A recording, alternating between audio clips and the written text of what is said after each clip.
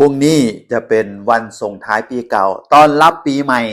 ผู้ใดที่ยังไม่ได้ไหว้เจ้าที่ตามคำแนะนำของหลวงปู่ศิลาวิธีที่ท่านเขียนด้วยลายมือของท่านเองนี่ฝ่าวเฮ็ดนะครับเพราะว่าเป็นมือสันวันดีอีหลี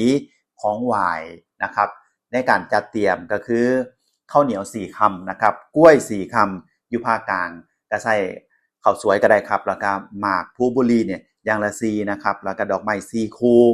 ทูบ4ดอกน้ำ1แก้วนะทุกคนนะการไหว้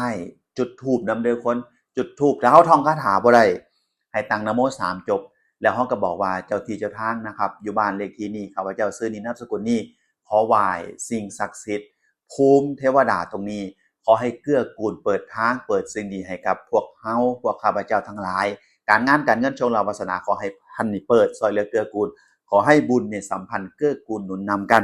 เสร็จแล้ว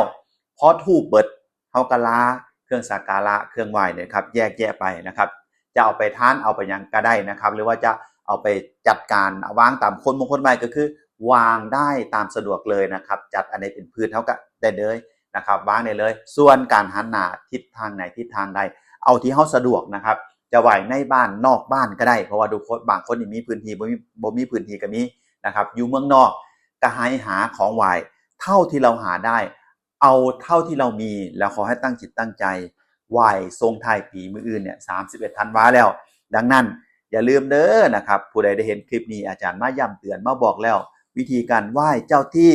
ตามคำของหลวงปู่ศิลานี่เฮงดังปังแน่นอนนะหลายท่านหลายคนทำแล้วเนี่ยดีมากๆดังนั้นอาจารย์มาย้ำอีกทีนึง